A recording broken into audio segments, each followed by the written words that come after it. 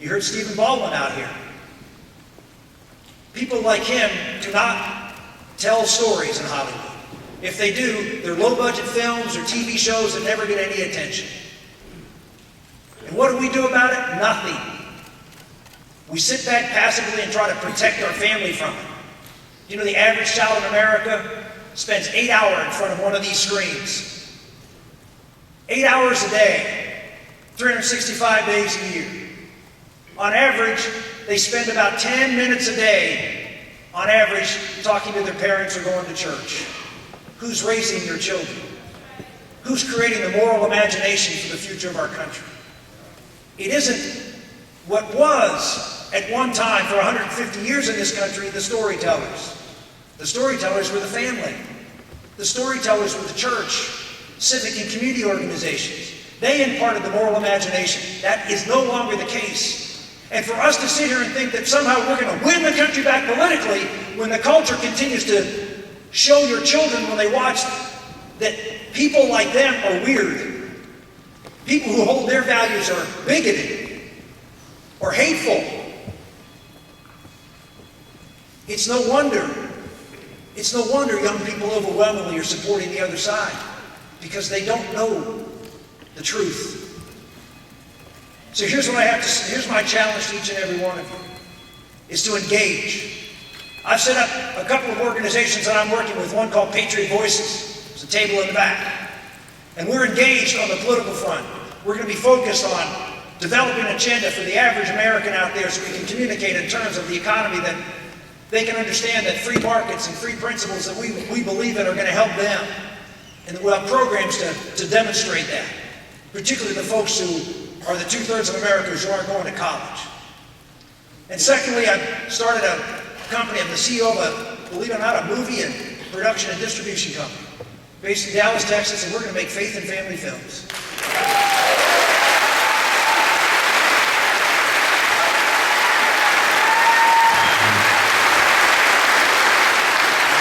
And we're going to go out, we're going to make faith and family films, and we're going to hope to give you, the American public, the tools to be able to go out and change the culture. You, the tools to go out and bring people in and to reaffirm their values, to show the truth. You know, for 1900 years, the greatest creators of art were people in and around the church. The great music, the great sculptors, the great painters, all visual arts as well as musical arts, were all in and around the church. But in the last 100 years, the worst art has been coming out of the church. You as Christians who want to see films, you have to see inferior productions to see something that reaffirms your values. And so I say, as I do in my job now, I say to you, can't we make God beautiful?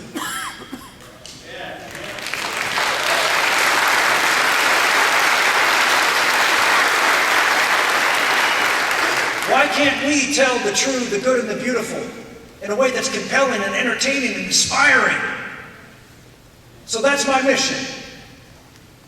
I'm going to stay involved and be involved in politics and to try to shape this debate. But if we're going to be successful, as a party, and more importantly, if we're going to be successful as a country, we need to have a revitalized culture. And we need to engage in it. And that's where you come in. The left lives and breathes their values. This administration wants to make sure that that doesn't happen. You already see policies that are being put forward by this administration that are changing the freedom of religion in this country. In fact, you even see from this administration, particularly internationally, they don't say it as much at home, but internationally, the State Department uses the term not freedom of religion, but freedom of worship. You see, it's okay to be in the four walls of the church and worship, but don't take that religion and faith and practice it outside of the church. There will restrict you. You're seeing it begin to happen already, and it's going to explode. I'll never forget a quote given by the cardinal in Chicago. The Catholic cardinal in Chicago said this just a couple years ago. He said, "I expect to die in my bed. I expect my successor to die in prison. And I expect his successor to die a martyr." Unless we begin to do what they do, use not the policies. Don't agree with the established Republicans that we have to change our policies to be more like Democrats, but we do need to change our tactics to be more like them.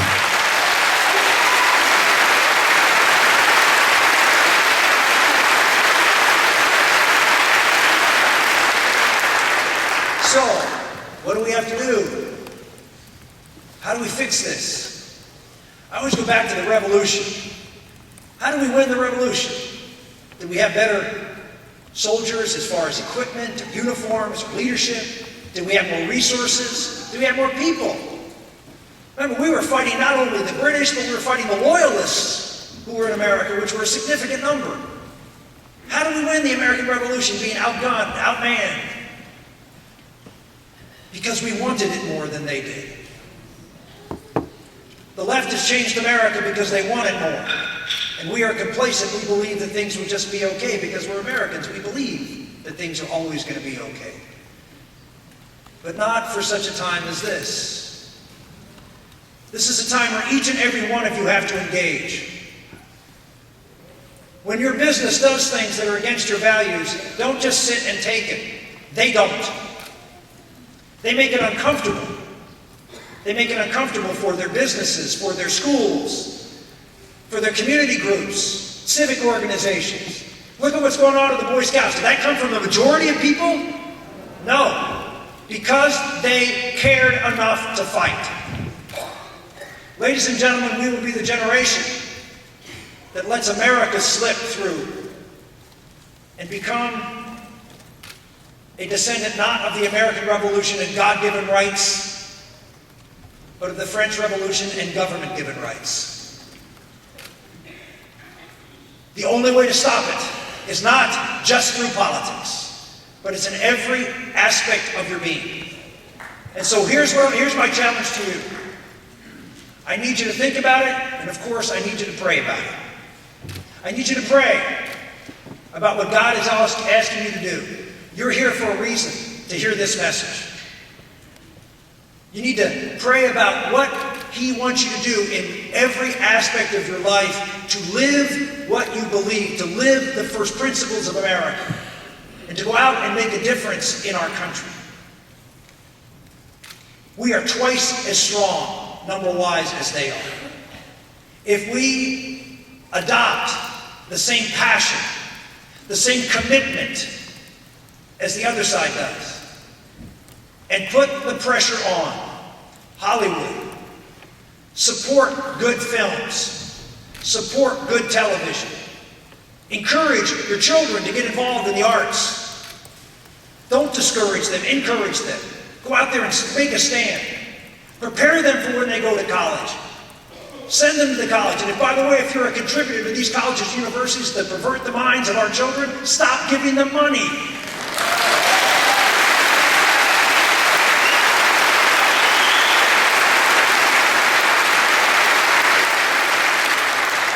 You need to live it. That's the word. Live it. If you live it, you can say, oh, I'm here in Iowa, what can I do? Well, first off, you are a fairly important state from a political point of view, as you well know. But you're also the heartland. And if a few people gathered in California and New York can change Iowa, tough Hawkeyes can change California and New York right now.